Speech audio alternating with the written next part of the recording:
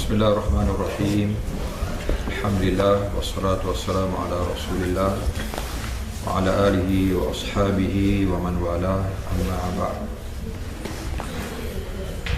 Jadi insya-Allah pada malam ini sempena dengan masuknya kita ke 10 yang terakhir daripada bulan Ramadan,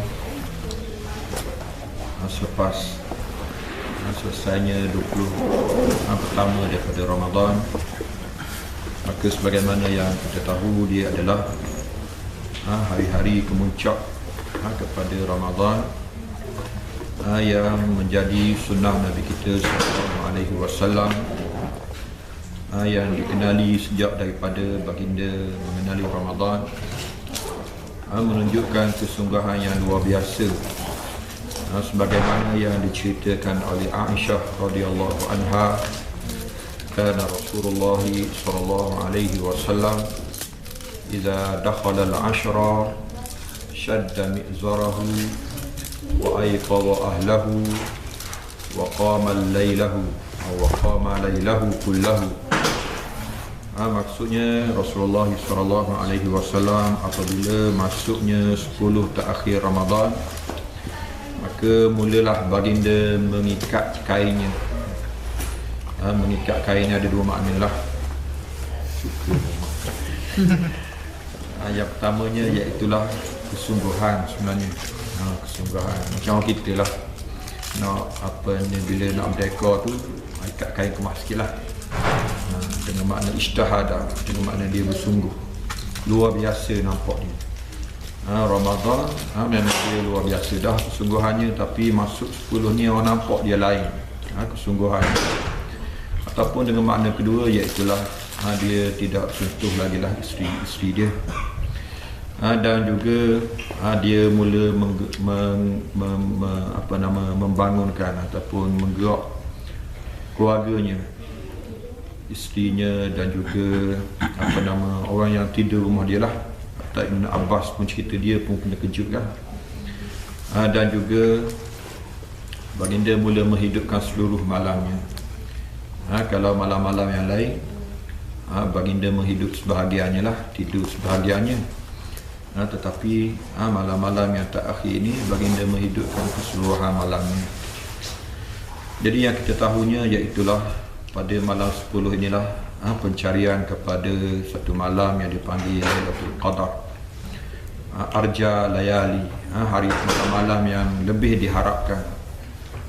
Kebetulannya Lailatul Qadar ini sesuatu yang sangat istimewa dan luar biasa dalam kelebihan Islam, kerana dialah orang kata satu-satunya kelebihan yang satu surah lengkap turun hanyalah menceritakan kelebihannya.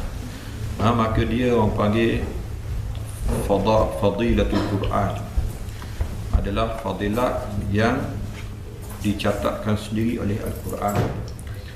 Biasanya kita tahulah mengenai fadail ini, Islam memberi sedikit kerenganan dari segi sumbernya. Biasanya kebanyakannya hadis-hadis lah yang menceritakan kelebihan. Apatah lagi hadis-hadis yang dhaif yang tidak teruk pun diterima untuk kelebihan. Tetapi untuk Lailatul Qadar ini, dia adalah penghululah segala kelebihan, malam yang paling mulia secara mutlaknya, sebagaimana hari Arafah adalah siang yang paling mulia. Kita tahulah suatu surah dalam Al-Quran yang namanya Suratul Qadar. Jadi insya-Allah pada malam ini kita membuat sedikit semakan, semakan tahunan kita lah, selalu kita baca surah ini. Tapi untuk 10 yang terakhir ini patut benarlah kita kembali kepada surah ini dan melihat apakah kandungan Al-Quran yang menceritakan kelebihannya. A'udzubillahi minasyaitonirrajim. Bismillahirrahmanirrahim. Inna anzalnahu fi lailatul qadr wa ma adraka ma lailatul qadr. Lailatul qadri khairum min alfi syahr. Tanazzalul malaikatu warruhu fiha biizni rabbihim min kulli amr. Salamun hiya hatta matla'il fajr. Maksudnya dengan nama Allah, Tuhan yang Maha Pengasih lagi Maha Penyayang. Kamilah yang memperturunkannya, yakni Al-Quran, di dalam malam Qadar. Apakah yang engkau tahu apa itu malam Qadar? Malam Qadar lebih baik daripada 1000 bulan. Turunlah pada malam itunya para malaikat dan juga Jibril dengan pengisytiharan ataupun arahan Tuhannya, membawa segala urusan. Maka sejahteralah malam itu sehinggalah munculnya matahari, munculnya fajar, waktu fajar. Jadi inilah satu surah yang menceritakan kelebihan suratul Qadar.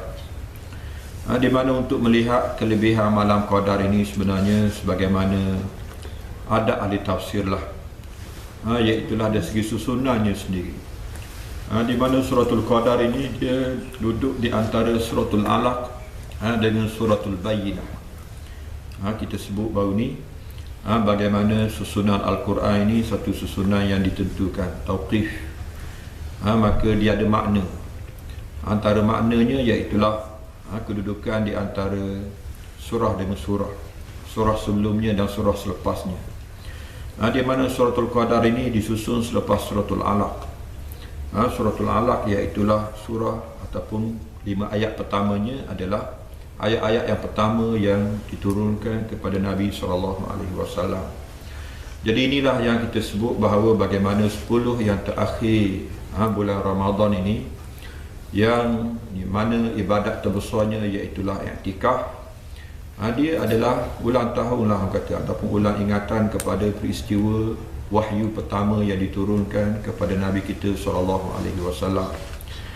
Yang mana Nabi kita SAW di hujung-hujung tahun kenabiannya adalah seorang yang suka yatakhalla. Dia suka menyendiri. Maka yatahannasu bighairi hira. Dia menyebut beribadat dengan sakibaki ajaran Ibrahim di Gua Hira. Ketika itu dia meninggalkan pergaulan dengan ramai orang lah, dengan orang ramai.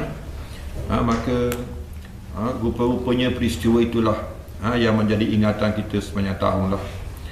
Maka seolah-olah kita kembali ke gua lah untuk menerima sekali lagi anugerah dan wahyu Allah Subhanahu Wa Taala. Maka surah ini adalah keterangan kepada apa yang dimaksudkan semestinya menjadi bacaan kita, sumber keilmuan kita. Iqra bismi rabbikal ladzi khalaq, khalaqal insana min 'alaq, iqra wa rabbukal akram alladzi 'allama bil qalam. 5 ayat yang pertama yang diturunkan. Bacalah dengan nama Tuhanmu yang mencipta. Dia mencipta manusia hanyalah daripada tisan air mani.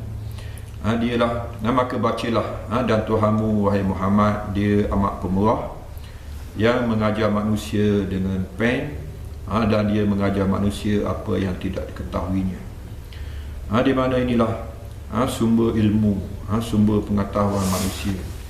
Yang kebetulannya inilah orang kata kemuliaan manusia berbanding dengan makhluk-makhluk yang lain.